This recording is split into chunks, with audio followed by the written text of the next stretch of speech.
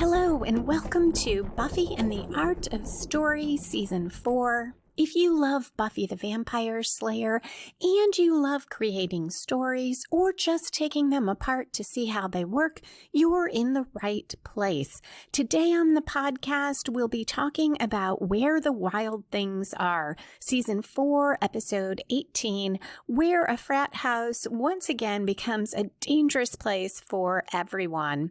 I am Lisa M. Lilly, novelist and founder of writingasasecondcareer.com, where you can find articles about writing, marketing, and publishing. As to Where the Wild Things Are, today we'll talk about striking scenes, fantastic dialogue, and lots of series foreshadowing, but protagonist questions. Particularly, is the Scooby Gang the protagonist, an amorphous antagonist without a clear goal, and magic that doesn't follow logic, plus no clear theme or point to the story and what that does to our viewing experience. There will be no spoilers except at the end to talk about foreshadowing, but I'll give you plenty of warning. Okay, let's dive into the Hellmouth. Where the Wild Things Are aired the first time on April 25th, 2000. It was written by Tracy Forbes and directed by David Solomon. It starts with an opening conflict, which is there to draw the reader or viewer in. Buffy and Riley fight a demon and a vampire in the graveyard, and the demon and vamp seem to be working together, which surprises them. Buffy says, "Vampire demon tag team, who says we can't all get along?" After they fight off their foes, Riley comments on how he's never seen that before, and Buffy says it never happens. Vampires hate demons. As Buffy and Riley talk, they brush twigs and grass out of one another's hair. They keep touching each other. Very strong chemistry. They agree that they ought to tell Giles about this development right away, but instead we cut to them in Riley's room, taking off one another's clothes, kissing, and they agree they'll tell Giles first thing tomorrow and fall into bed. At 2 minutes, 19 seconds in, we go to credits. When we return, we're outside the Lowell fraternity house. That's where the initiative has its base. Buffy and Riley are sleeping, but he wakes up in the hallway. He looks around as if he hears something. And in the bathroom, he slowly approaches the old-fashioned tub with the shower curtain around it. At 5 minutes, 17 seconds in, Riley dramatically pulls aside the curtain, but all we see behind it is just a faucet dripping. He tightens it and ice cream truck music plays. That music carries us into the next scene where Xander in a striped uniform drives the ice cream truck. Anya rides next to him. He wants her to come to a big party at Riley's, and Anya's frustrated and says he knows why she doesn't want to go to it. The initiative men, quote, "make me not comfortable and you don't care," close quote. Xander points out they don't know she's an ex-demon, which is a nice, quick way to get in that exposition through conflict. And he doesn't know if they'd care if they did, but by the way, they're not going to find out. He stopped the truck and he goes into the back of it to start getting his supplies in order. And as he does, he tells Anya that the initiative guys will probably be too busy flirting with, quote, "every other girl at the party," unquote, to notice her. Really bad move, Xander. Anya says, "So you don't think I'm desirable enough to be flirted with? Is that it?" And Xander says, "I'm just not going to win here, am I?" Anya's worried he doesn't find her attractive anymore because they didn't have sex the night before, and she thinks they're breaking up because he's gotten tired of her. She says she's seen it happen to thousands of women over the centuries. A little bit more great exposition through conflict. Xander protests there's more to them as a couple than sex, or there should be. Anya asks if there's something wrong with his body. She saw, quote, "that wrinkled man on TV talking about erectile dysfunction," end quote.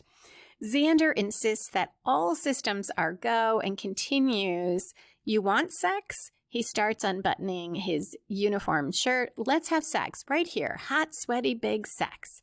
The camera angle shifts. We now see Anya and Xander from outside the truck. The side windows open and it's framing them. Xander looks down and kids and parents stand there ready to buy ice cream. An example of something other podcasters have noticed, that it seems no one in Sunnydale has peripheral vision. As Xander and Anya stare at the kids in horror, we get a voiceover by Giles. There's always been great discord between them. We switch to our friends sitting in a lounge area on the college campus, and Giles is talking. He's surprised the vampire helped the demon during the fight. And we're now over 7 minutes into the story. Regular listeners to the podcast might notice that there is something missing. I haven't talked yet about the story spark or inciting incident that gets the main plot rolling. Usually we see that about 10% through any story. With Buffy, it's pretty reliably there between about 4 minutes, 20 seconds in to about the latest is 5.5 minutes in, which is a little over 10%. So what did we see at 10% through? Well, a bit past that was when Riley yanked open that shower curtain and found nothing. That's our first hint of kind of spooky things happening. Before that, Riley and Buffy decided to have sex rather than go talk to Giles right away about the demons and vampires. That was quite a bit before 10%. It could have been the story spark, given what develops later in this episode, but it's not clear to me why that matters so much. What was Giles going to do the night before that he didn't do the next day when they told him? And in fact, he doesn't actually do anything about this information in this episode. So this is the start of what I would call a lack of clarity in the storytelling here. Yes, Buffy and Riley's choice certainly hints at what will turn out to be the central conflict of the episode, but it's not clear that it sets off the story. Giles now explains that the demons think vampires are abominations because they have mixed blood, including human blood. As he talks, Buffy and Riley exchange looks, their minds clearly elsewhere. But when Giles wonders what brought the demons and vampires together, Riley and Buffy both think Adam. Who better to bring together a bunch of demon types than someone who is made out of a bunch of demon types? Giles suggests they concentrate patrols in the same area of the graveyard. Riley says he'll have a squad out there, including during the party. Giles is surprised that the initiative is hosting a party with Adam out there, but Riley says the boys are pretty ragged and they all need to let off some steam. He tells Giles he's welcome to come to the party, but Giles has other plans. He'll be at the espresso pump. It's a meeting of grown-ups that couldn't possibly be of interest to any of them. Riley asks Buffy, doesn't she have a class in 20 minutes? He has that thing that maybe they could fit in, and she agrees, yes, and they run off holding hands. Willow half laughs and says they're probably going to, and Giles says, yes, thank you. I did attend university in the Mesozoic era. I do remember what it's like. At 9 minutes, 25 seconds in, we get some more creepy music and an outside shot of the mansion/fraternity house at night. Inside, Forrest and Graham head down a flight of stairs. They're clearly freezing. Their arms are folded around themselves, and they complain about the cold. They pause outside Riley's door and hear Buffy and Riley. And Forrest says, "Oh, you gotta be kidding me. When did these two come up for air?" At 9 minutes, 58 seconds, we see Buffy and Riley in bed. Riley opens a drawer and reaches for a condom, which at the time I think was a little bit of a public service announcement. In a lot of shows then, we didn't see the characters using birth control. Downstairs, another frat boy is feeding wood into the fireplace. Then the frat boy sits in a rocker near it, trying to stay warm. We close up on Buffy and Riley, then close up on the fire. We're approaching the 1/4 mark of the episode. That's often where we see what I think of as the 1/4 twist. It spins the story in a new direction. It's that first major plot turn to do that, and it should come from outside the protagonist, and it often raises the stakes. Here, at 10 minutes 49 seconds in, the fire surges out of the fireplace and into the room and catches the frat guy's leg on fire. So this definitely raises the stakes and comes from outside of Buffy, assuming she's our protagonist, though it does seem linked to her and Riley given those camera cuts between the two scenes. Forrest tries to smother the flames with a blanket. Graham runs for help. This also is the first direct move by the antagonist to the extent we have one here.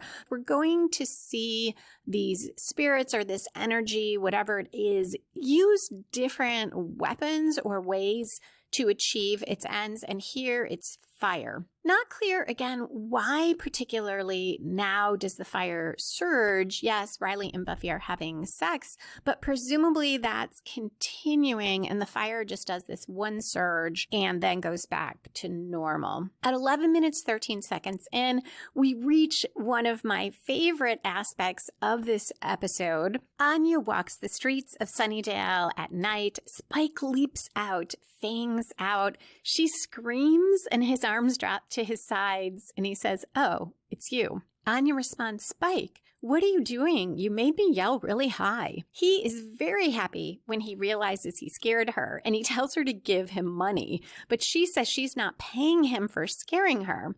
Spike explains it's not paying, he's robbing her, and Anya says that's ludicrous. She knows he can't hurt her because of his chip. Another quick moment of exposition through very fun conflict. We find out about Spike being a vampire and that he has a chip and can't hurt anyone. And then Anya says one of my favorite Anya lines, "Also, I like my money the way it is, when it's mine." As someone who had a boyfriend who was very good at getting me to pay for things, I completely relate. I am right with you, Anya. When Anya asks if scaring people into giving him money really works, Spike laughs and says it keeps him in blood and beers, quote, "plus, you know, funny watching the little humans quail." Close quote. When Anya comments, though, that she's starting to see why he's so friendless, he notes that he doesn't see Droopy Boy on her arm. Did he have better things to do? We cut to the party where Xander is there with Buffy and Willow and Tara. Buffy is talking with them. Riley is talking with his friends across the room, but neither one of them is really listening. Instead, they're gazing at one another. Willow takes advantage to tell Buffy, quote, "Someone, so not me, spilled something purpley," end quote, on Buffy's new peasant top. And does Buffy still love her? Buffy says, "Uh-huh. What about my peasant top?"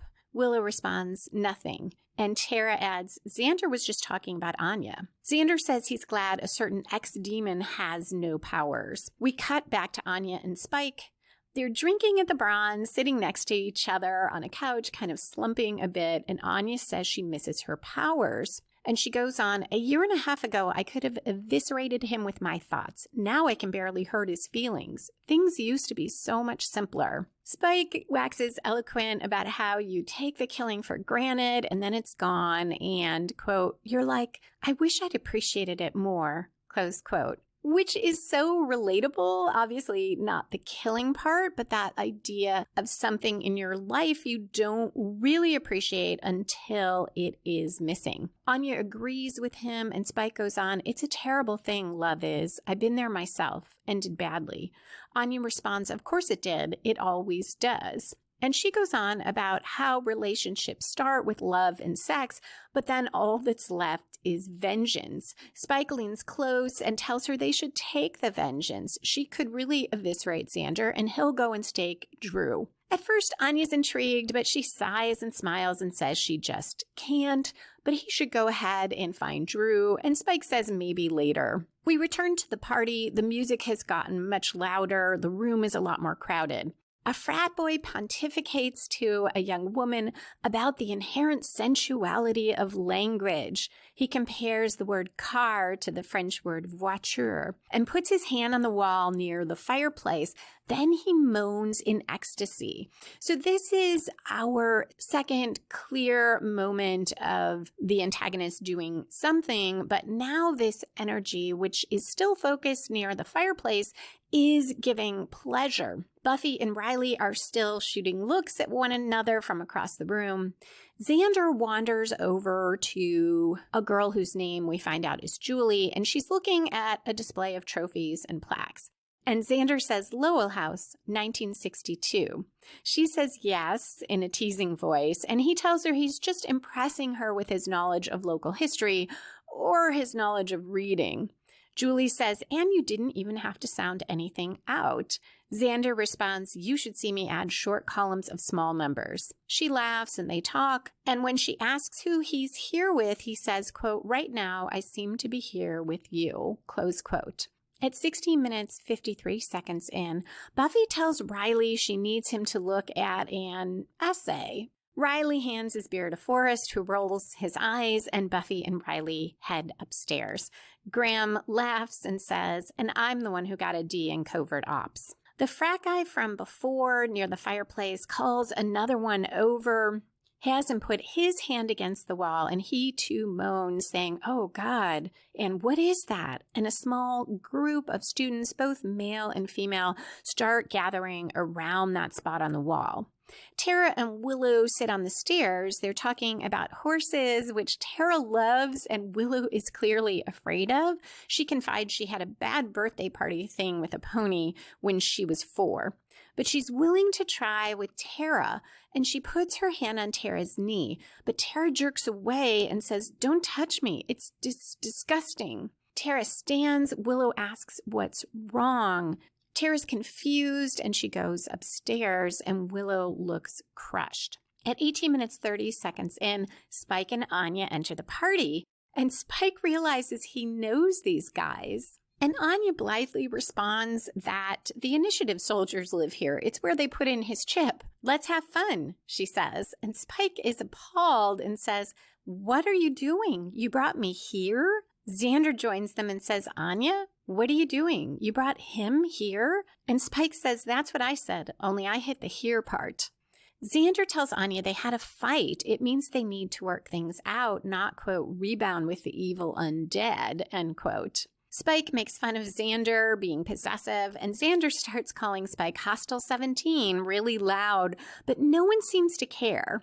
Spike's relieved, and he goes off to find the liquor. Anya reassures Xander she didn't have sex, which is all she does now, not have sex. She also feels she and Xander have nothing in common except liking his penis, and now they don't even seem to have that. So we're building on the theme, I guess, of sex. We've visited it with all of our characters, at least in conversation. But I feel like it is more of a topic or an organizing idea than a theme, because throughout the episode, I remain unclear what it is saying about sex or what the point of the episode is. Anya and Xander keep fighting, and Xander walks off to enjoy the party. Anya yells after him that she'll stay too, just to show him how much she's not bothered by him having fun. In another room, students play spin the bottle using a beer bottle, and Xander says,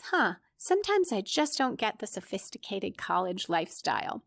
Julie, though, looks happy. He came into the room and he joins the circle. Meanwhile, Spike sits near the beer keg looking morose. We're around 21 and a half minutes in. Xander spins the bottle and it points at Julie. He looks away for a second. He takes a breath. He's very hesitant and says, quote, okay, this then would be the kissing, close quote. And he leans over and kisses her cheek really fast. So we see that Xander doesn't really want to be with anyone other than Anya, despite flirting with Julie earlier. Now we're at the midpoint of the episode. Usually here in a strongly structured story, we'll see the protagonist making a major commitment, throwing caution to the wind, or suffering a major reversal. Here at 22 minutes 4 seconds in, Julie grabs Xander, kisses him, climbing on top of him, and she keeps kissing him until he finally pushes her away, and it takes a little force, and he says, "Julie," and she looks stricken, and she apologizes and runs off. So this is something of a reversal. It's the first time that whatever this energy is clearly affected our characters in a way that is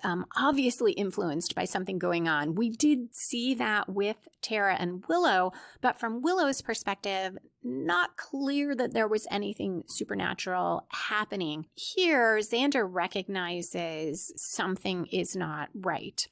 This brings me to the question of who the protagonist is in this episode. And when I first watched it for the podcast, I thought maybe it was the Scooby Gang minus Buffy and Riley, but I think that we have to include them in it because when we look at what makes a protagonist, we need all of them.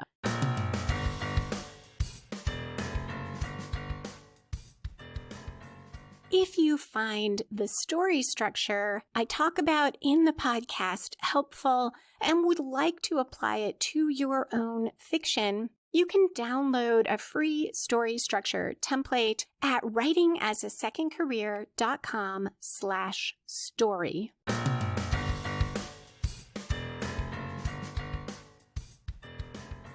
A protagonist should have an active goal, be the main point of view character, and have the most at stake. So Buffy and Riley throughout the episode are actively pursuing a goal. The fighting of the demon and the vampire is just backdrop. They are pursuing their sexual connection, their attraction to one another, perhaps also their love for one another. Anya, similarly, is seeking sex with Xander and fearing that the lack of it means things are going wrong in their relationship.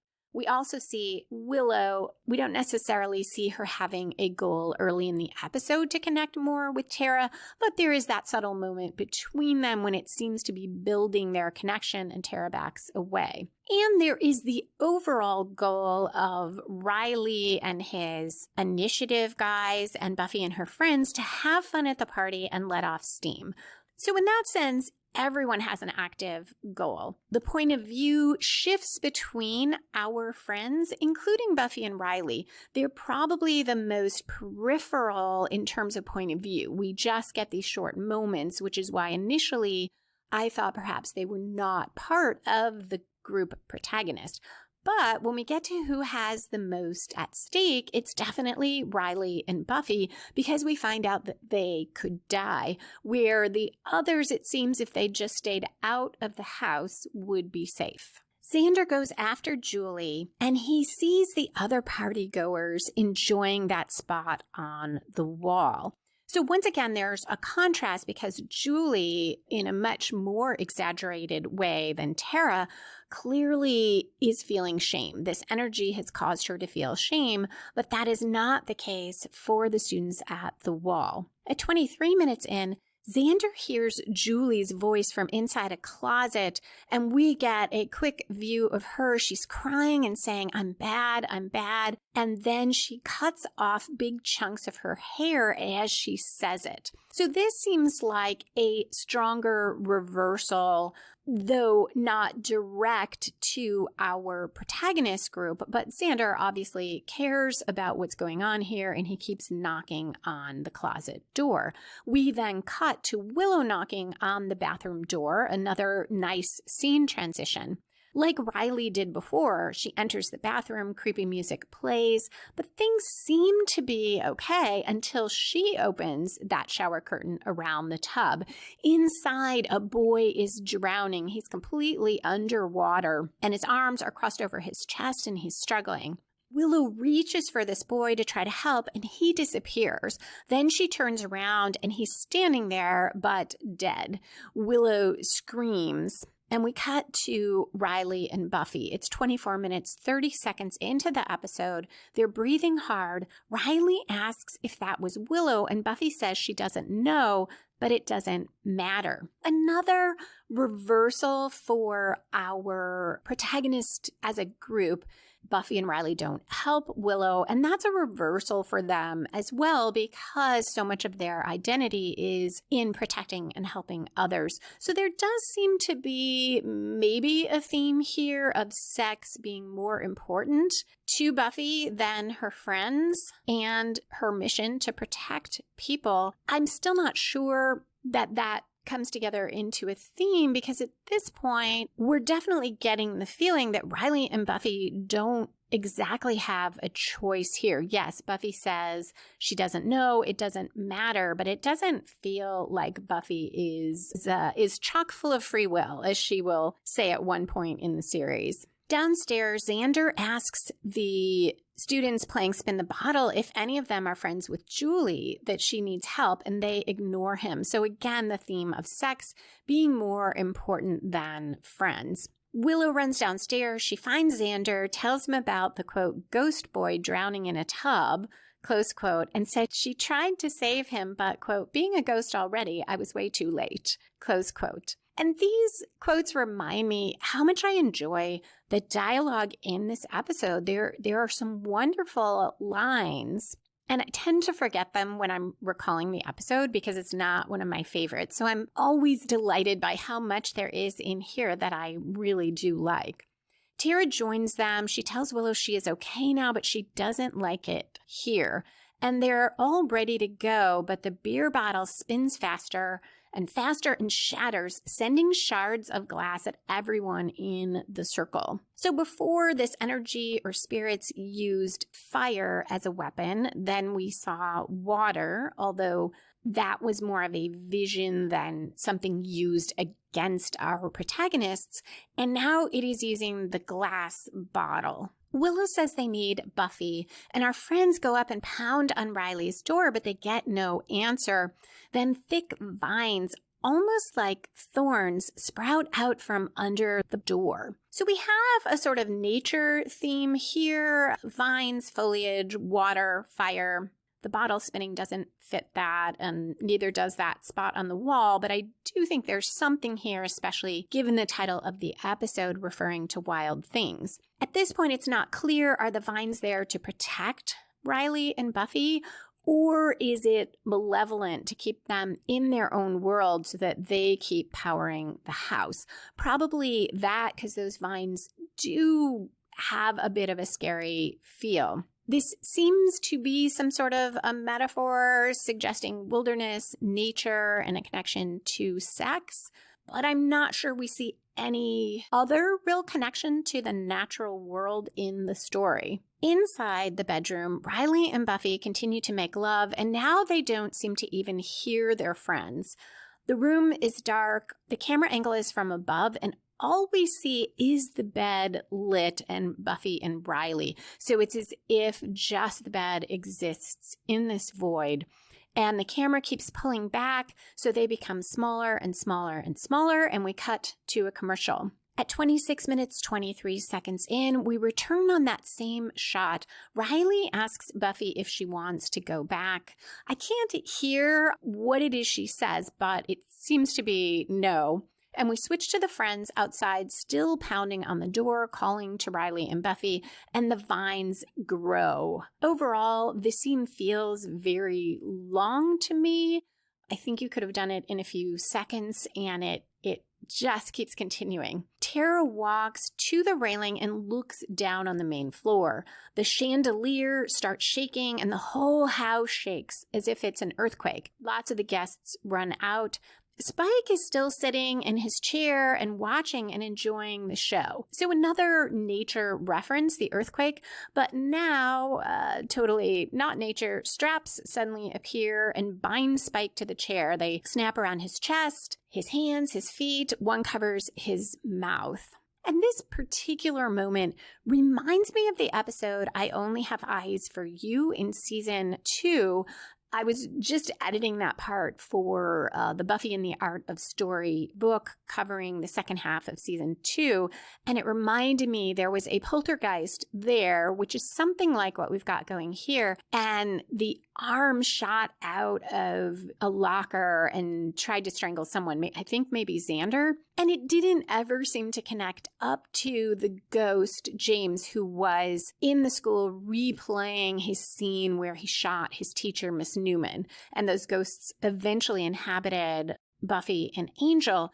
And in that episode, I commented that a couple of the scares just didn't ever seem to connect to that. And that's how this moment with Spike feels to me. So it's interesting that this too is a poltergeist-like episode. Graham is watching the chaos and doing nothing, and Forrest yells at him that they need to help. Instead, Graham quotes what sounds like a Bible verse about impure things and finding salvation. So now we see Graham seemingly experiencing shame. Forrest takes Graham into the initiative elevator. Now Anya is there alone, and a girl screaming runs right through Anya and out the door. Anya runs outside with her friends. Everything is still shaking. Spike breaks those leather straps and he runs out as well. Then Julie staggers toward the door. She's almost bald, asking for help. Xander grabs her and helps her out of the house. We switch to below ground in the initiative. A guy in a lab coat talks about how they need to lock things down, and then that's it for the initiative.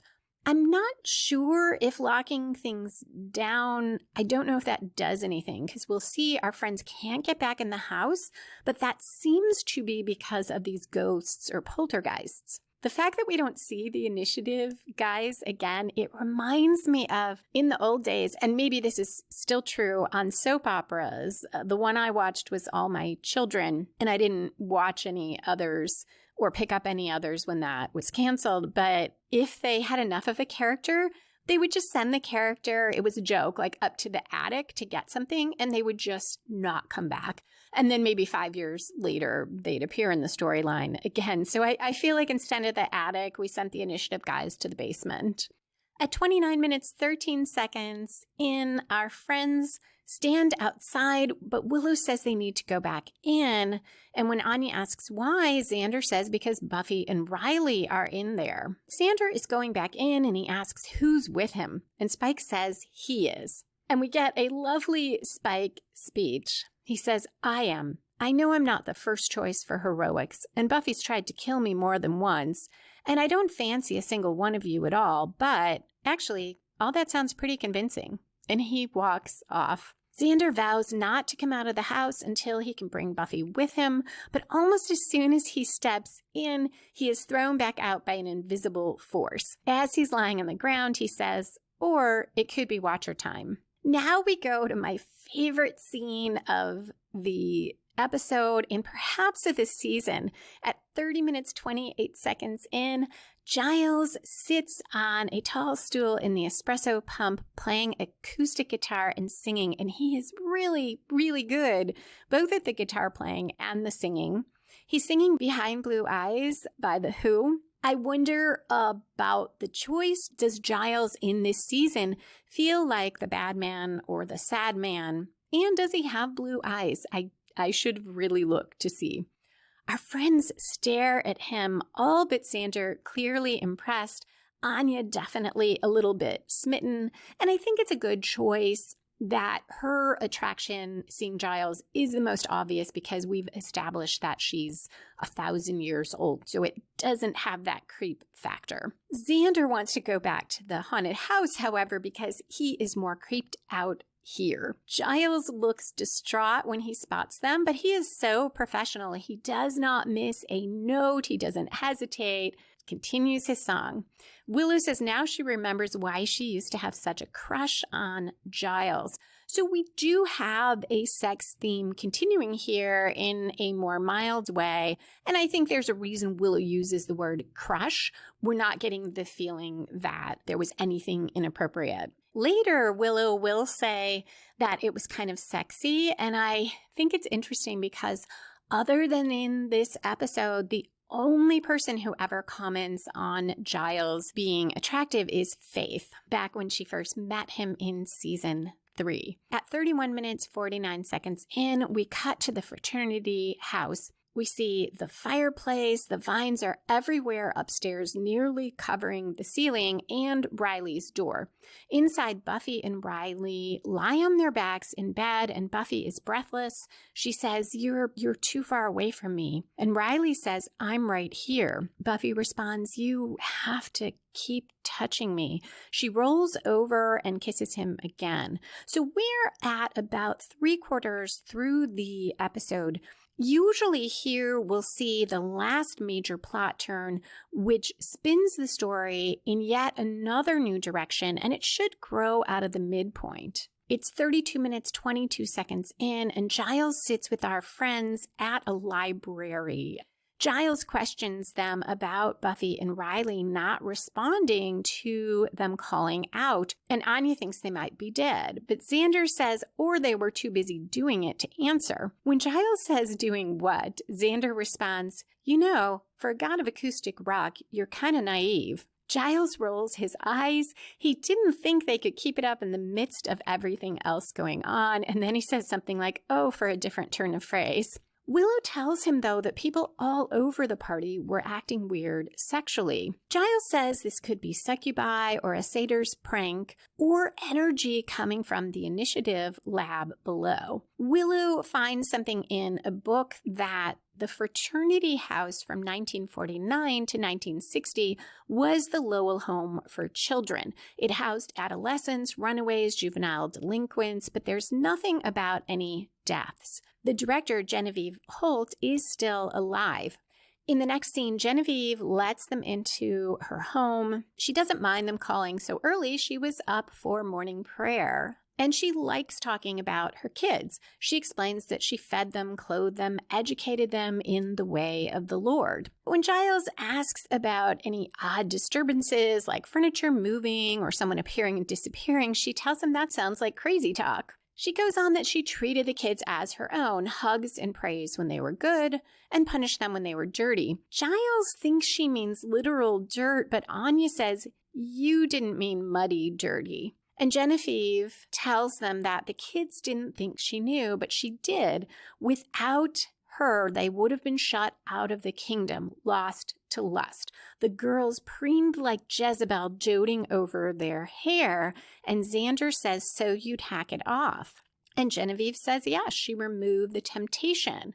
She also did baptisms on those who were the most unclean. She held them under because they needed to be reborn. And there's an open question here because Willow just told us there were no deaths. So I guess that Genevieve didn't kill any of them, but then Willow saw that boy who was definitely dead. He looked like he had been drowned, not just traumatized. I don't know if that's a disconnect or if what we're saying is what she did was as bad as killing them, or it had the effect on this lingering energy as if she had killed them. Giles looks angry. Genevieve accuses him of passing judgment on her, and he says someone ought to. She traumatized and abused children in her care. And she says, I refuse to listen to this when I can smell the sin on each and every one of you. At 37 minutes out in the hallway, Giles says these aren't ghosts or apparitions. So I guess we are confirming she didn't kill them. But they are poltergeists born of intense adolescent emotion and sexuality. And Xander speculates that Buffy and Riley set something free with their constant sex. So maybe that answers my question in the beginning. I guess we are to take it from this that sometime around now things really ramped up with Riley and Buffy. And maybe that connects to the last episode, Superstar, where they were still struggling to get past the difficulties that Faith caused. And now they have reconnected. So maybe that does answer my question of why now. Giles agrees, yes, the poltergeists are feeding on the sexual energy of Riley and Buffy. Xander says, okay, they're the battery in the Boo factory, so what happens when the battery's drained? And Giles responds, they die. I feel like this is the attempt to raise the stakes. And the trouble is, I don't really believe it because even the first watch, I don't think I had any thought that Buffy and Riley were going to die. Also, the logic's a little difficult to follow. I believe it because Giles said so, they would die, but the logic seems to suggest the opposite, that Buffy and Riley will get worn out eventually and the apparitions will stop. It could also fit that they will keep having sex, I guess, until they ignore everything else and they starve to death or they have heart attacks or something like that. And then the energy in the house dissipates. But that doesn't quite fit to the battery drains and they die. Or maybe it does. But that I have to talk it through this much when I've watched all of Buffy so often and outlined it and edited my outline before recording tells me that this takes too much of trying to piece it together. And this late in the story, we want things to just be unspooling and happening, not to still be thinking, wait, what? Does that make sense? Another logic question is next, our friends will try to cast out these spirits, and yet earlier we saw a lot of them run out of the house. There was that girl in particular who ran right through Anya. So where are these spirits? Also, what do they want? Never clear. And I think what Giles is saying is almost that they don't want anything in particular. They're just there and manifesting all these things because Riley and Buffy have supercharged them. And this is the problem I mentioned at the beginning. When you have an unclear antagonist, I don't even know what to call them, energy, spirits, poltergeists, it can rob a story of its power because not only do we not know exactly what our protagonists are fighting, because sometimes that can add some mystery, but we don't know what the antagonist wants, why it's doing what it's doing. It feels more like, okay, this energy is causing random bad things and now we have to stop it, which doesn't make for a compelling story.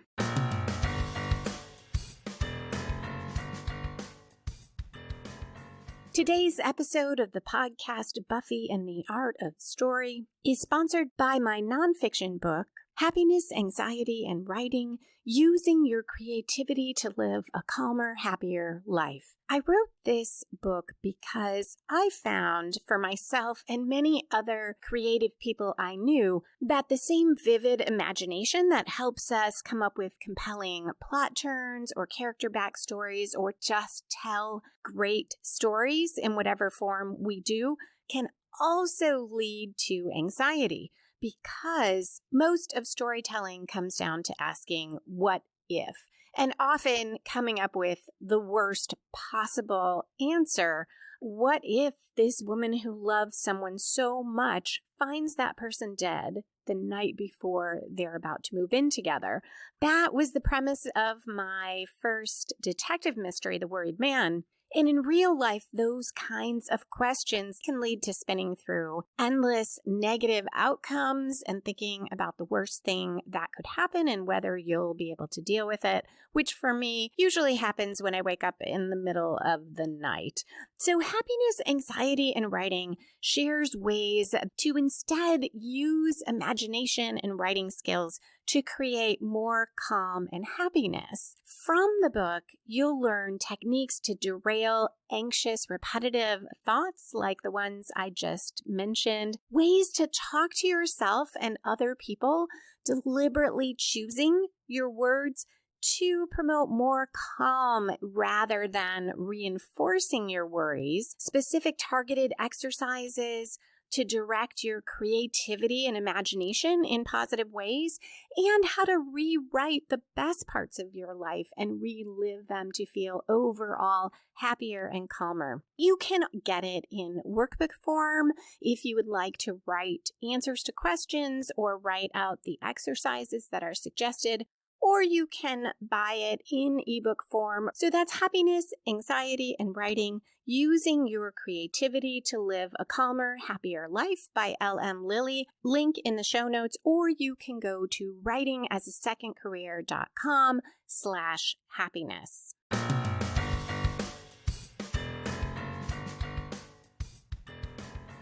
We go back to Buffy and Riley in bed. Now the shot is somewhat blurry. Their voices echo, so it's a very surreal sort of feeling. For a second, they're side by side on their backs, and Buffy says, "Don't stop. Never stop touching me." So it's essentially the same scene we saw before, but a little bit more surreal in feeling. And that too makes the story have less momentum. Though I'm sure it's meant as a warning that they are starting to get tired. They're getting to that point where Giles says that they will die. At 38 minutes, 10 seconds in, Tara, Willow, and Giles sit around a table and set up for a spell to bind the spirits, long enough for Xander and Anya to get Buffy and Riley out. But they're not sure how long they'll be able to keep the spirits away. Xander is getting out weapons. Anya thinks they don't need them because they're fighting spirits, but he brings them anyway.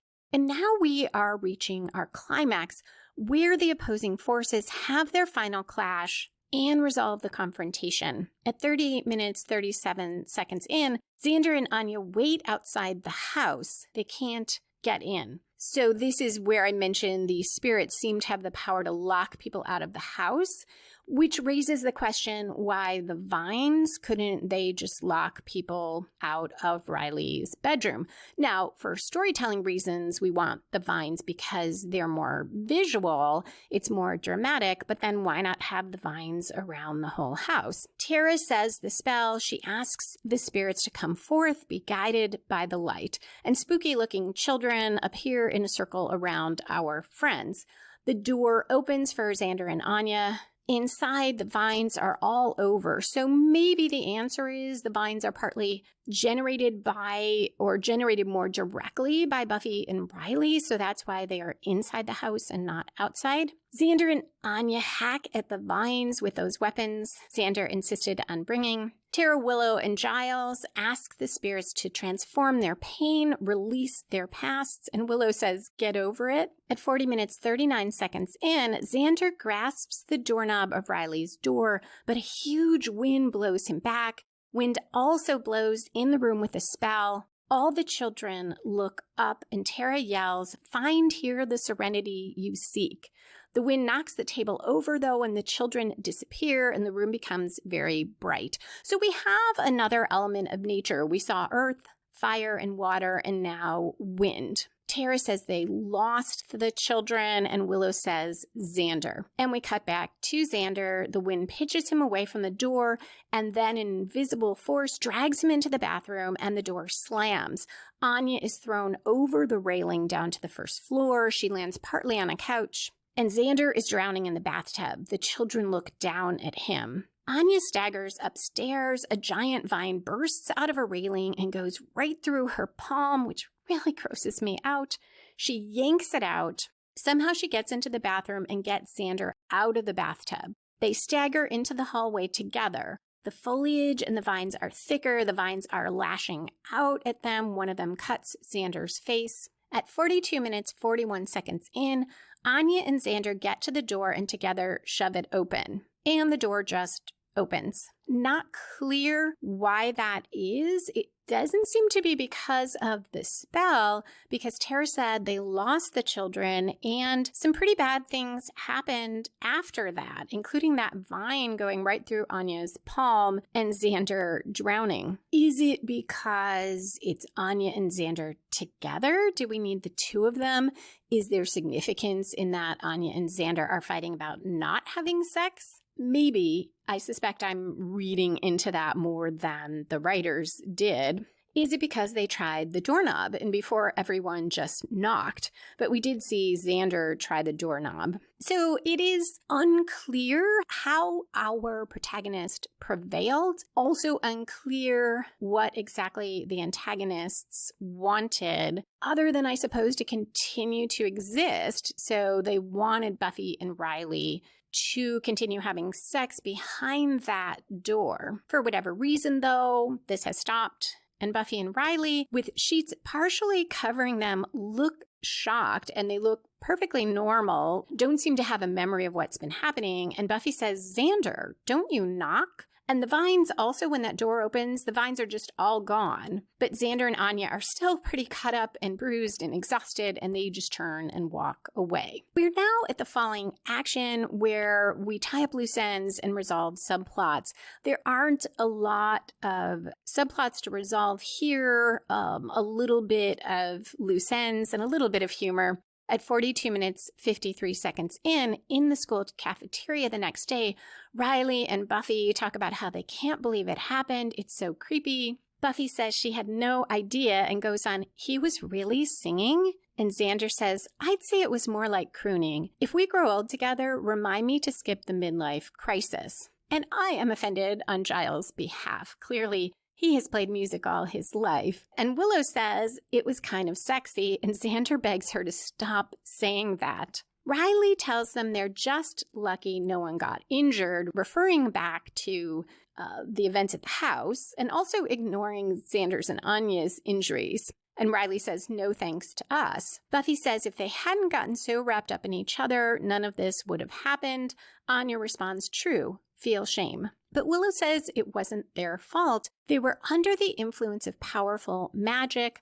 Buffy says they were like zombies. She had no control. And Willow says, "Must have been horrible." Buffy looks sideways at Riley. They give each other little smiles. Buffy says, "Yeah, horrible." Riley says, "Yeah." And Buffy responds, "Mm-hmm." And Riley says, "It was bad." And we cut to credits. So there is no DVD commentary here. I might have liked some because I was curious what the writers were going for here. I do have a little bit of other thoughts on that in the foreshadowing section. Before that, though, I looked up the book Where the Wild Things Are, the children's book from 1963, a picture book by Maurice Sendak. And I never read the book as a kid. I don't know why I missed that one. I read a ton. It won the Caldecott Medal from Children's Librarians in 1964. And in 2012, in a survey of school library journal readers, it was still listed as the #1 picture book. It might very well have won that again more recently. And it focuses on a boy named Max, who dressed in a wolf costume, and he causes such havoc in the house that he's sent to bed without supper. His bedroom then undergoes a transformation into a jungle environment. He sails off to an island that frightening beasts inhabit, so they're called the Wild Things. He successfully intimidates them. This is all according to the Wikipedia entry. I didn't go and get the book. I probably should have. He becomes the king of the wild things, has a playful romp with his subjects, but starts to feel lonely, decides to return home to the Wild Things' dismay. And when he gets back, there's a hot supper waiting for him. So the Wikipedia entry also quotes Selma G. Lane's book, The Art of Maurice Sendak, where Sendak discussed this book along with 2 others that he saw as sort of a trilogy he created, centered on children's growth, survival, change, and fury. And Sendak said, quote, "All are variations on the same theme, how children master various feelings, danger, boredom, fear, frustration, jealousy, and manage to come to grips with the realities of their lives." And that's the end of the quote. I did not feel any more informed after I read this. I am not sure if that fits the episode. I don't see the parallels. Buffy and Riley don't really come to grips with anything themselves. They don't seem to have undergone any sort of journey other than at the beginning they're obsessed with each other. At the end, perhaps mildly less so, or recognize the dangers of it. And I don't know that the children spirits work through anything. So I don't know if there is a reference here or lesson other than just using wild things in the title and the connections to nature and sexuality that I mentioned. And that leads me to the issue of theme. There are a lot of different viewpoints about themes. Some writers don't think about theme at all. And I've seen interviews where films that had what I thought were the most striking and strongest themes that resonated with me, the screenwriter would say they had no thought of that when they wrote. Other people set out with a message or a purpose. And there's danger in that because you can get something like Beer Bad, where your message or purpose drives the story in such an obvious way and ends up feeling kind of clunky and preachy. At the same time, to me, this episode is an example of a story that doesn't appear to have any clear theme, and it makes it a less interesting story. It reminds me, early on, I sent one of my manuscripts to an agent who loved the query letter. I started with a query letter. She loved the concept. She loved my first 3 chapters. She even wrote, quote, yummy on it. And then she got the whole manuscript and she said, I'm left in the end with what's the point? And at the time I disagreed with her, but when I took it out, that was right before I went to law school. When I took it out again later, 4 years later, when I finished law school, I agreed with her. I did not know what the point was. I have no great advice on what to do about that other than I did sit down and think about what was I saying or what is the story saying about life or relationships or love or people, and is it what I want it to say, or have the events of the story taken a turn where essentially, who cares? And actually, I take it back. She didn't just say, what's the point? She said, in the end, who cares? So that might be a better question to ask, who cares? And with the wild things, this episode, that's mostly how I feel about it, other than those wonderful moments that I mentioned with Anya and Spike and with Giles singing and some of the great dialogue. But who cares overall? Not perhaps the best note to end on, but I do have some interesting things in spoilers and foreshadowing, so I hope you will stick around for that. Thank you, as always, for listening, and I hope you will come back in 2 weeks for New Moon Rising, when Oz returns to Sunnydale and Willow must make a choice.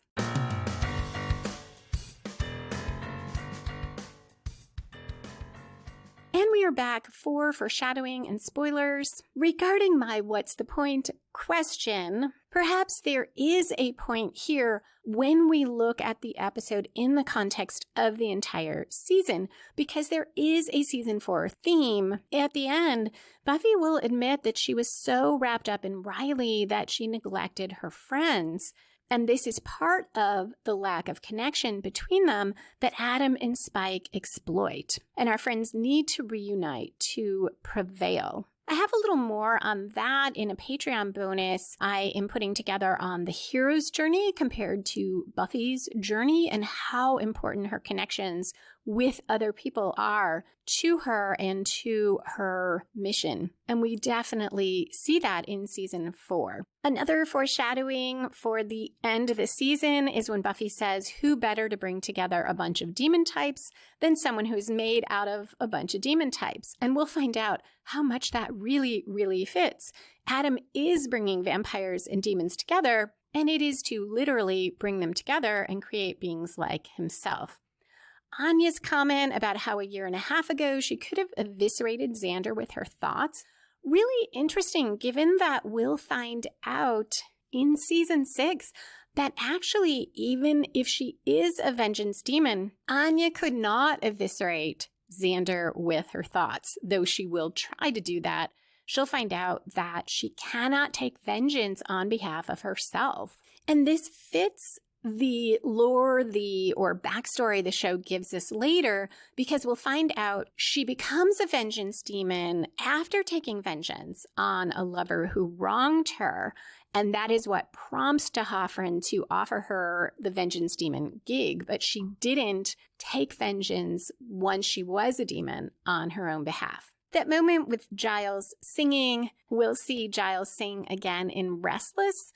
in the dream sequence, the very last episode of this season, which is sort of a coda. So this is a little foreshadowing of that. Also, the fact that Anya is smitten foreshadows the events in Tabula Rasa in season 6, when Willow inadvertently wipes out everyone's memory and Anya and Giles think that they are engaged. And they do kiss in that. However, they have a striking lack of chemistry, which I think is purposeful. And speaking of Anya, when Xander says they had a fight, they need to work it out, but not, quote, rebound with the evil undead, close quote. Wow, I have to wonder, did they know that that would happen, that Anya and Spike would have rebound sex? I'm thinking maybe no, but that putting Anya and Spike together in this episode and seeing how fun they are together perhaps inspired that event in the later season.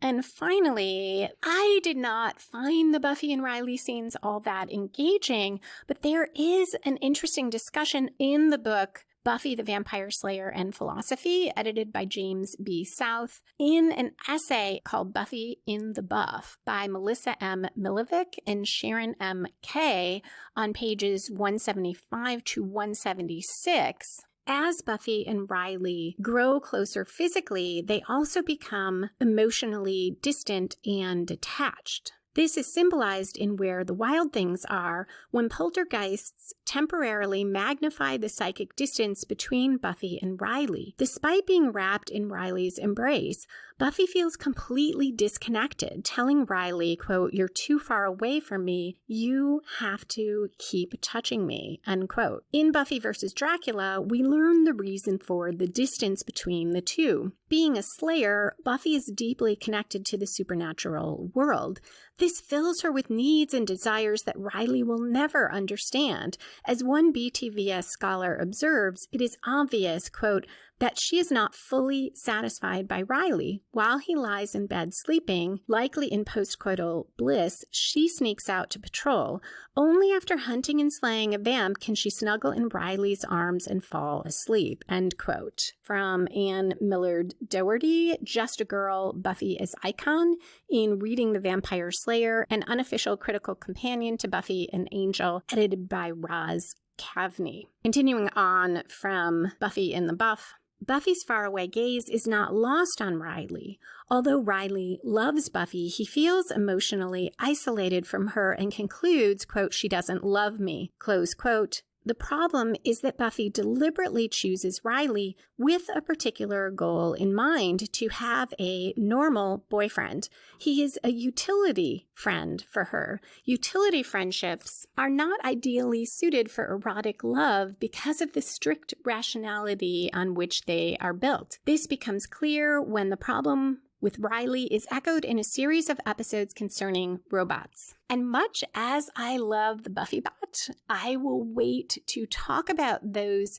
issues when we get there, but it never occurred to me to think about Riley in that same way, or to think about how Buffy is trying to make this romantic choice of what she thinks she needs or should have as a boyfriend, and that is part of why there is this disconnection here. So that is it for foreshadowing and spoilers. If you have thoughts on Where the Wild Things Are, especially if you see something more there than I do, see a point, or it's your favorite episode, I would love to hear about that or anything else you'd like to share. You can comment on YouTube or at my website in the comments section, or if you're a patron, you can message me on Patreon.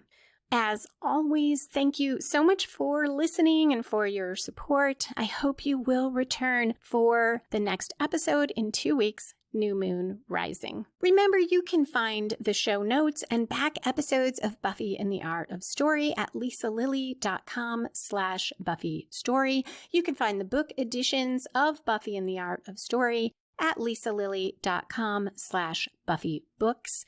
And if you like supernatural thrillers or female private eye mysteries with smart, determined female protagonists. You can check out the first in each of my series free at lisalily.com/free. Music for this episode was written and performed by Robert Newcastle. Buffy and the Art of Story is a production of Spiny Woman, LLC, copyright 2021. All rights reserved.